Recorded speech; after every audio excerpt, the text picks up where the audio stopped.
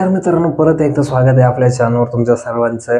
लाडक्या बहिणींसाठी एक अपडेट घेऊन आलो आहे. आनंदाची बातमी नाही म्हणणार, ज्यांचे हप्ते रेग्युलरपणे पूर्ण होतात त्यांच्यासाठी आनंदाची बातमी आहे. आणि ज्यांचे हप्ते रेग्युलरपणे येत नाही, टप्प्याटप्प्याने येतात, 3 महिन्याचे येतात किंवा मग येतच नाही, त्यांच्यासाठी ही बातमी येते. म्हणजे हे 3 ठळक मुद्दे तुम्ही लक्षात घ्या, व्हिडिओ सेव्ह करा किंवा मग इतर कुठेही चौकशी करा, तुम्हाला हेच मुद्दे सांगितले जातील. सगळ्यात पहिला मुद्दा आहे ते म्हणजे तुमची KYC कंप्लीट असली पाहिजे. आता तुम्ही म्हणाल आमची KYC सगळं कंप्लीट आहे, जे जे काही अपडेट आले त्याला आम्ही फॉलो केले सांगितले.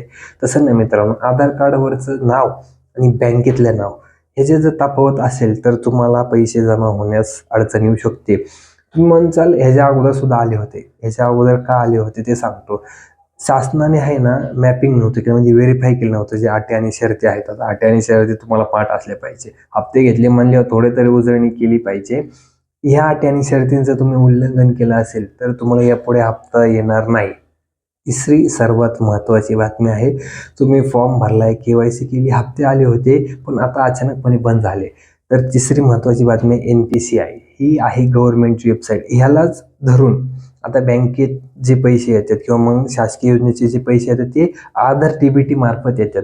जर NPCIच्या वेबसाईटला जावा, तिथे तुमचा आधार नंबर टाका, मग जी काही प्रोसिजर असेल तर तिथं तुमचा आधार सीडिंग नसेल तर तुम्हाला पैसे येणार नाही. आणि एवढं सगळं करून सुद्धा जर पैसे येत नसेल, सगळ्यात सोपा मार्ग म्हणजे जवळच्या अंगणवाडी सेविका, आशा वर्कर असतात, त्यांच्याशी भेट घ्या, शासकीय कार्यालयात जावा आणि त्यांना विचारपूस करा.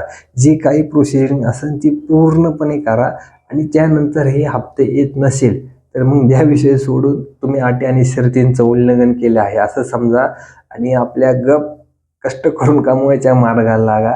असे अनेक नवीन नवीन व्हिडिओ आणि माहितीसाठी आपल्या चॅनलला फॉलो, शेअर, सबस्क्राईब जे काही करा. जय हिंद.